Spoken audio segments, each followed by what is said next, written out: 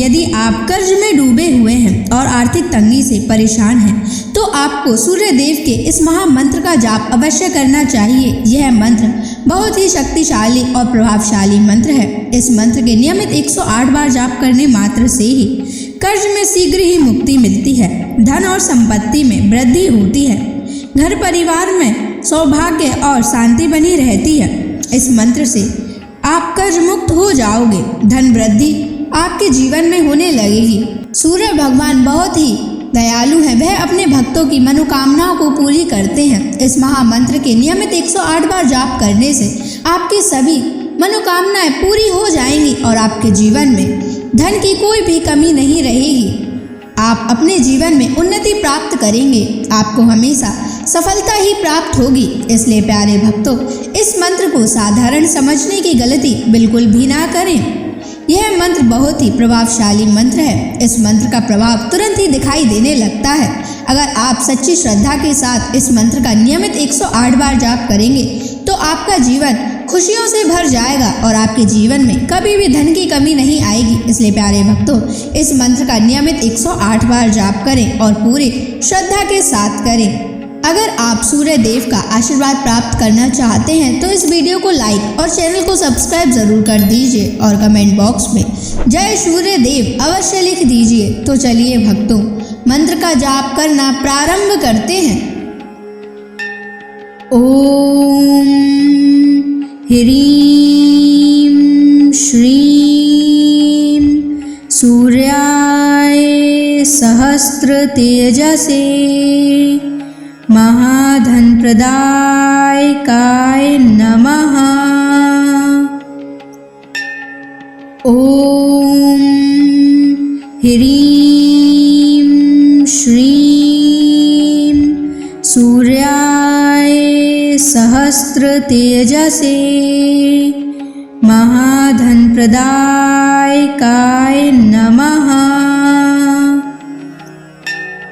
ओम ह्रीं श्रीं सूर्याय सहस्र तेजसे महाधन प्रदायकाय नमः। ओम ह्रीं श्रीं सूर्याय सहस्र तेजसे महाधन प्रदायकाय नमः। ओम ह्रीं श्रीं सूर्याय सहस्र तेजसे महाधन प्रदायकाय नमः। ओम ह्रीं श्रीं सूर्याय सहस्र तेजसे महाधन प्रदायकाय नमः। ओम ह्रीं श्रीं सूर्याय सहस्र तेजसे महाधन प्रदायकाय नमः। ओम ह्रीं श्रीं सूर्याय सहस्र तेजसे महाधन प्रदायकाय नमः। ओम ह्रीं श्रीं सूर्याय सहस्र तेजसे महाधन प्रदायकाय नमः। ओम ह्रीं श्रीं सूर्याय सहस्र तेजसे महाधनप्रदायकाय नमः। ॐ ह्रीं श्रीं सूर्याय सहस्रतेजसे महाधनप्रदायकाय नमः। ॐ ह्रीं श्रीं सूर्याय सहस्रतेजसे महाधनप्रदायकाय नमः। ॐ ह्रीं श्रीं सूर्याय सहस्रतेजसे महाधनप्रदायकाय नमः। ॐ ह्रीं श्रीं सूर्याय सहस्रतेजसे महाधनप्रदायकाय नमः। ॐ ह्रीं श्रीं सूर्याय सहस्रतेजसे महाधनप्रदायकाय नमः। ॐ ह्रीं श्रीं सूर्याय सहस्रतेजसे महाधनप्रदायकाय नमः। ॐ ह्रीं श्रीं सूर्याय सहस्रतेजसे महाधनप्रदायकाय नमः। ॐ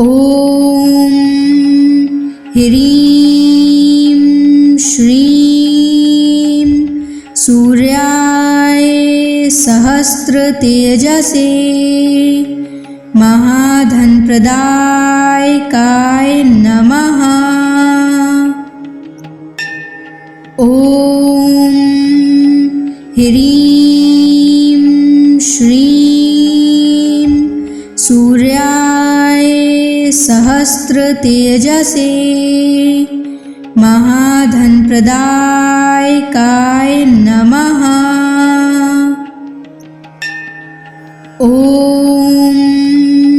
ह्रीं श्रीं सूर्याय सहस्रतेजसे महाधनप्रदायकाय नमः। ॐ ह्रीं श्रीं सूर्याय सहस्रतेजसे महाधनप्रदायकाय नमः। ॐ ह्रीं श्रीं सूर्याय सहस्रतेजसे महाधनप्रदायकाय नमः। ॐ ह्रीं श्रीं सूर्याय सहस्रतेजसे महाधनप्रदायकाय नमः। ॐ ह्रीं श्रीं सूर्याय सहस्रतेजसे महाधनप्रदायकाय नमः। ॐ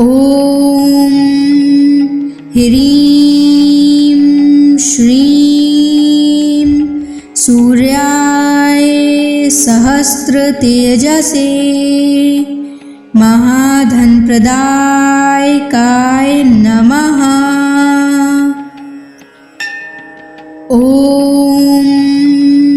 ह्रीं श्रीं सूर्याय सहस्रतेजसे महाधनप्रदायकाय नमः। ॐ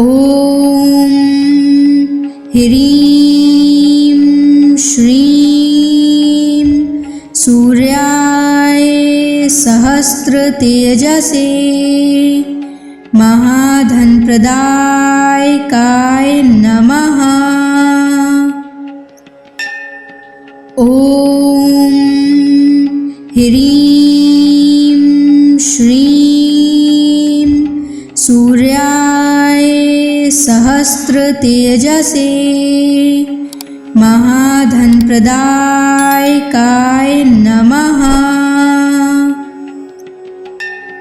ॐ ह्रीं श्रीं सूर्याय सहस्रतेजसे महाधनप्रदायकाय नमः।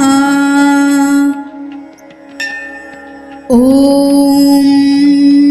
ह्रीं श्रीं सूर्याय सहस्रतेजसे महाधनप्रदायकाय नमः। ॐ ह्रीं श्रीं सूर्याय सहस्रतेजसे महाधनप्रदायकाय नमः। ॐ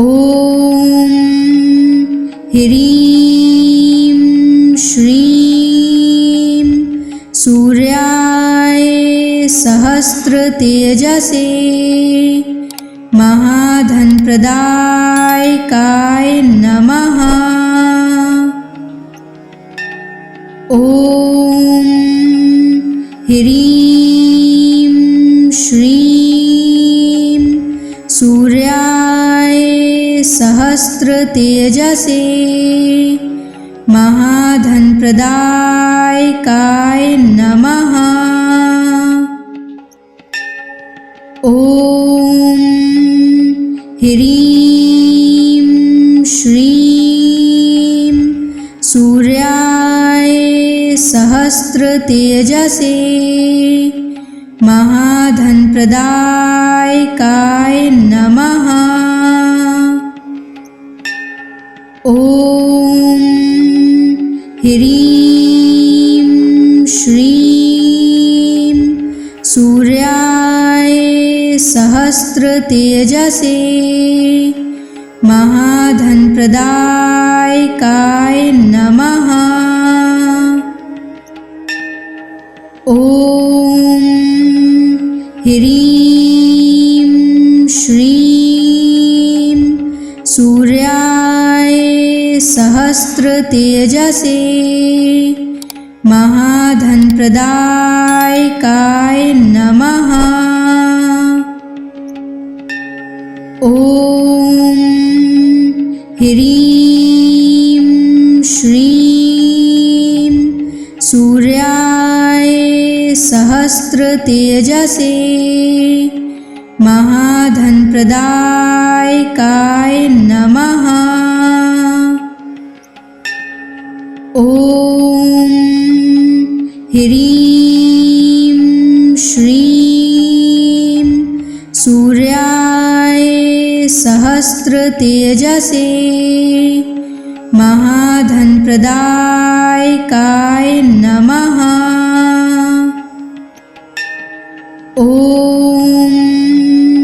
ह्रीं श्रीं सूर्याय सहस्त्रतेजसे महाधनप्रदायकाय नमः। ॐ ह्रीं श्रीं सूर्याय सहस्त्रतेजसे महाधनप्रदायकाय नमः। ॐ ह्रीं श्रीं सूर्याय सहस्त्रतेजसे महाधनप्रदायकाय नमः। ॐ ह्रीं श्रीं सूर्याय सहस्त्रतेजसे महाधनप्रदायकाय नमः। ॐ ह्रीं श्रीं सूर्याय सहस्त्रतेजसे महाधनप्रदायकाय नमः। ॐ ह्रीं श्रीं सूर्याय सहस्त्रतेजसे महाधनप्रदायकाय नमः। ॐ ह्रीं श्रीं सूर्याय सहस्त्रतेजसे महाधनप्रदायकाय नमः। ॐ ह्रीं श्रीं सूर्याय सहस्त्रतेजसे महाधनप्रदायकाय नमः। ॐ ह्रीं श्रीं सूर्याय सहस्त्रतेजसे महाधनप्रदायकाय नमः। ॐ ह्रीं श्रीं सूर्याय सहस्त्रतेजसे महाधनप्रदायकाय नमः। ॐ ह्रीं श्रीं सूर्याय सहस्त्रतेजसे महाधनप्रदायकाय नमः। ॐ ह्रीं श्रीं सूर्याय सहस्त्रतेजसे महाधनप्रदायकाय नमः। ॐ ह्रीं श्रीं सूर्याय सहस्त्रतेजसे महाधनप्रदायकाय नमः। ॐ ह्रीं श्रीं सूर्याय सहस्त्रतेजसे महाधनप्रदायकाय नमः। ॐ ह्रीं श्रीं सूर्याय सहस्त्रतेजसे महाधनप्रदायकाय नमः।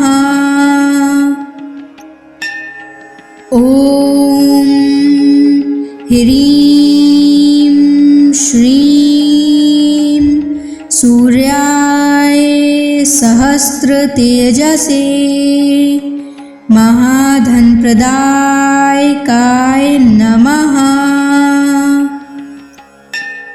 ॐ ह्रीं श्रीं सूर्याय सहस्रतेजसे महाधनप्रदायकाय नमः। ॐ ह्रीं श्रीं सूर्याय सहस्रतेजसे महाधनप्रदायकाय नमः। ॐ ह्रीं श्रीं सूर्याय सहस्रतेजसे महाधनप्रदायकाय नमः। ॐ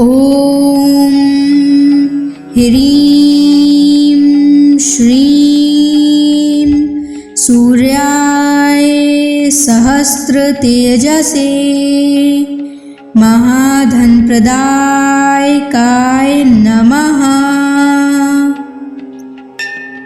ॐ ह्रीं श्रीं सूर्याय सहस्रतेजसे महाधनप्रदायकाय नमः। ॐ ह्रीं श्रीं सूर्याय सहस्रतेजसे महाधनप्रदायकाय नमः। ॐ ह्रीं श्रीं सूर्याय सहस्रतेजसे महाधनप्रदायकाय नमः। ॐ ह्रीं श्रीं सूर्याय सहस्रतेजसे महाधनप्रदायकाय नमः। ॐ ह्रीं श्रीं सूर्याय सहस्रतेजसे महाधनप्रदायकाय नमः। ॐ ह्रीं श्रीं सूर्याय सहस्रतेजसे महाधनप्रदायकाय नमः। ॐ ह्रीं श्रीं सूर्याय सहस्रतेजसे महाधनप्रदायकाय नमः। ॐ ह्रीं श्रीं सूर्याय सहस्रतेजसे महाधनप्रदायकाय नमः। ॐ ह्रीं श्रीं सूर्याय सहस्रतेजसे महाधनप्रदायकाय नमः। ॐ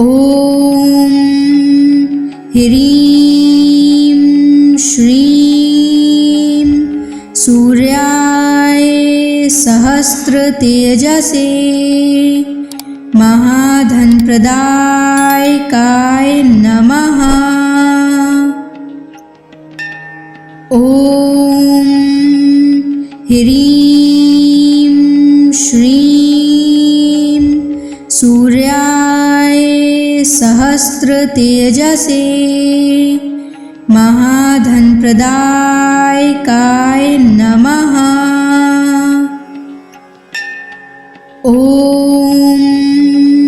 ह्रीं श्रीं सूर्याय सहस्रतेजसे महाधनप्रदायकाय नमः। ॐ ह्रीं श्रीं सूर्याय सहस्रतेजसे महाधनप्रदायकाय नमः। ॐ ह्रीं श्रीं सूर्याय सहस्रतेजसे महाधनप्रदायकाय नमः। ॐ ह्रीं श्रीं सूर्याय सहस्रतेजसे महाधनप्रदायकाय नमः। ॐ ह्रीं श्रीं सूर्याय सहस्रतेजसे महाधनप्रदायकाय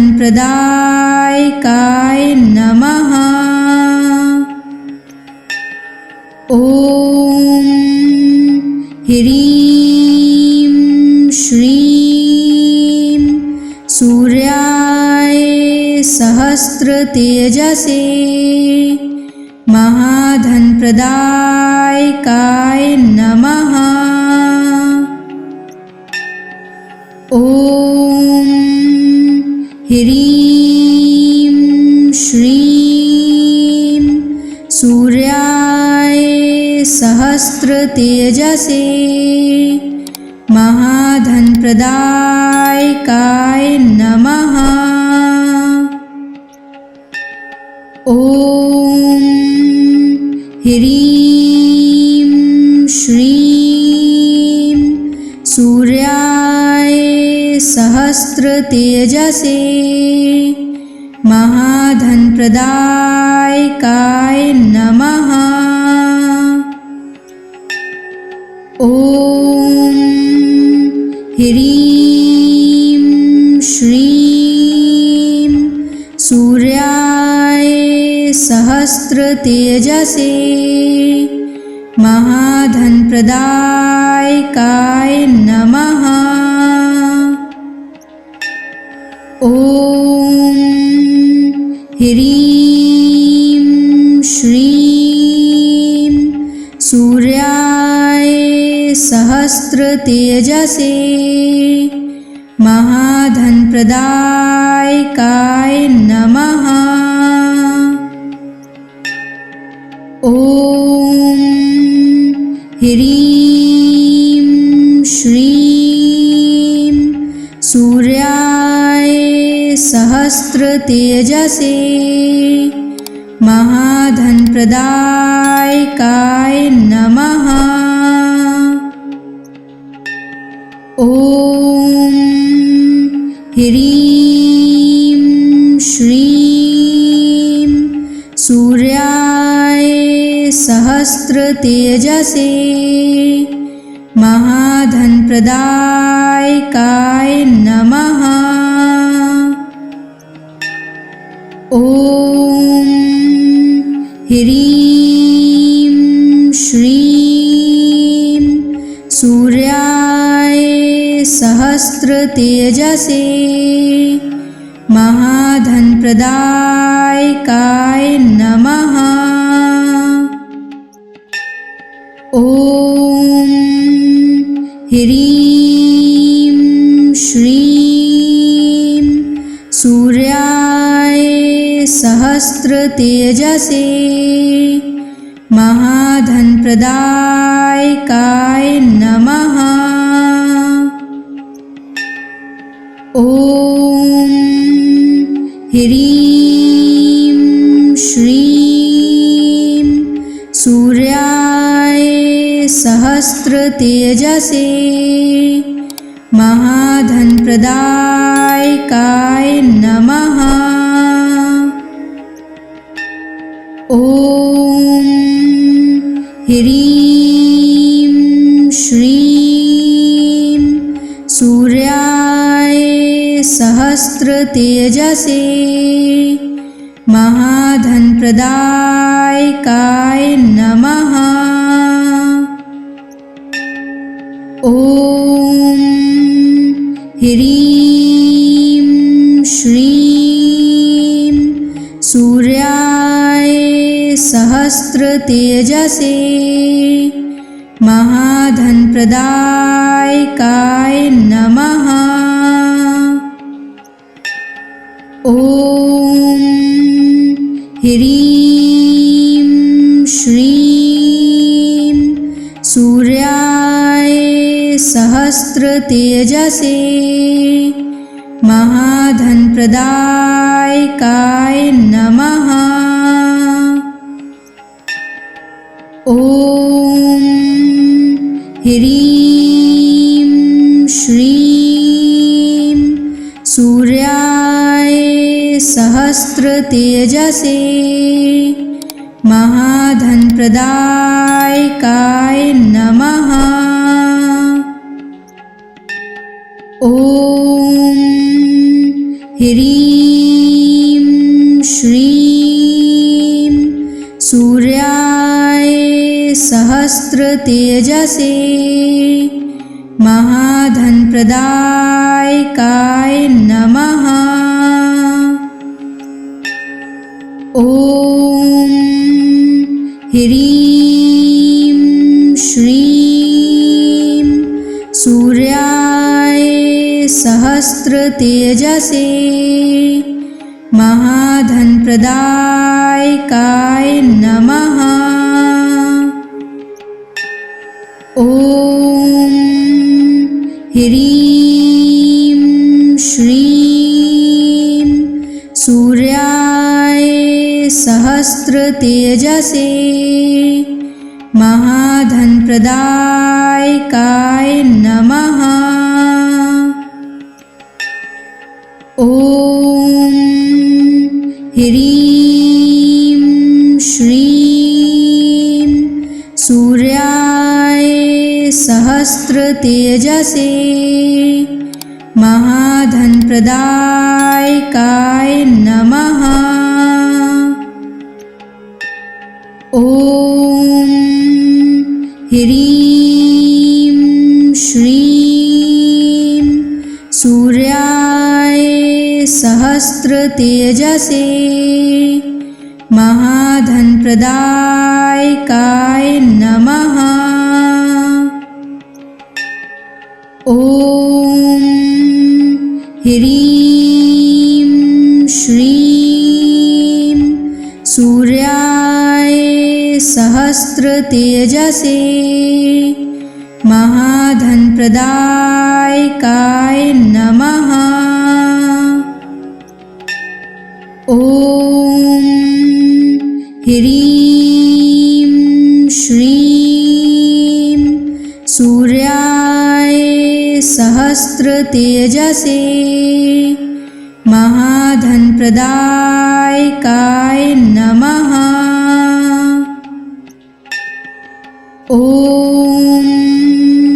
ह्रीं श्रीं सूर्याय सहस्रतेजसे महाधनप्रदायकाय नमः।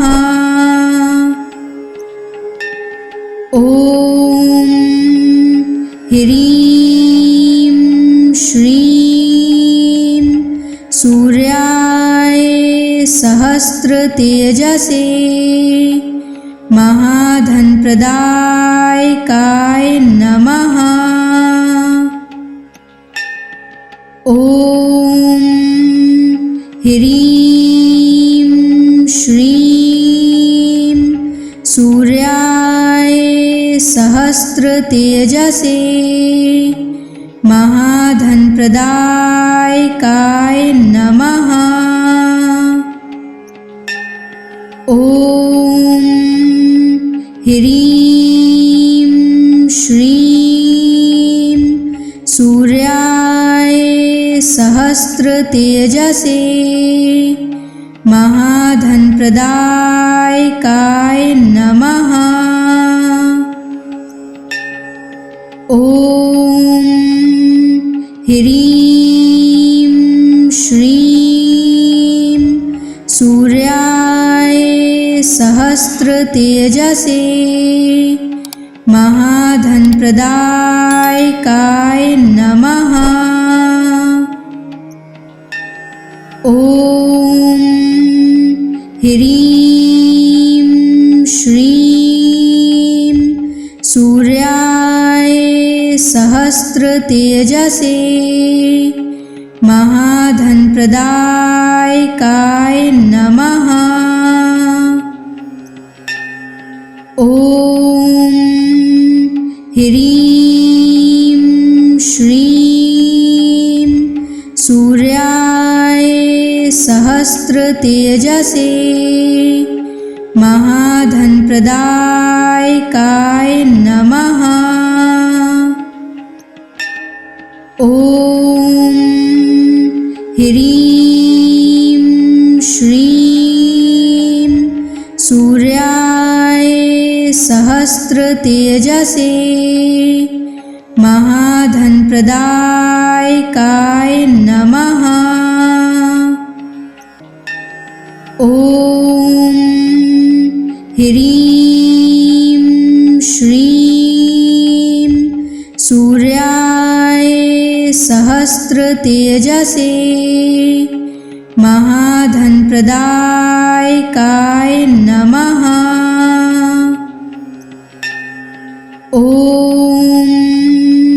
ह्रीं श्रीं सूर्याय सहस्रतेजसे महाधनप्रदायकाय नमः। ॐ ह्रीं श्रीं सूर्याय सहस्रतेजसे महाधनप्रदायकाय नमः। ॐ ह्रीं श्रीं सूर्याय सहस्रतेजसे महाधनप्रदायकाय नमः। ॐ ह्रीं श्रीं सूर्याय सहस्रतेजसे महाधनप्रदायकाय नमः। ॐ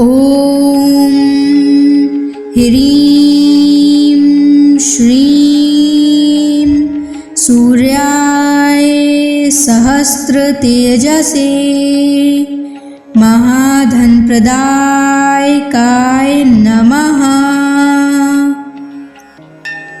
ॐ ह्रीं श्रीं सूर्याय सहस्रतेजसे महाधनप्रदायकाय नमः। ॐ ह्रीं श्रीं सूर्याय सहस्रतेजसे महाधनप्रदायकाय नमः। ॐ ह्रीं श्रीं सूर्याय सहस्रतेजसे महाधनप्रदायकाय नमः। ॐ ह्रीं श्रीं सूर्याय सहस्रतेजसे महाधनप्रदायकाय नमः। ॐ ह्रीं श्रीं सूर्याय सहस्रतेजसे महाधनप्रदायकाय नमः। ॐ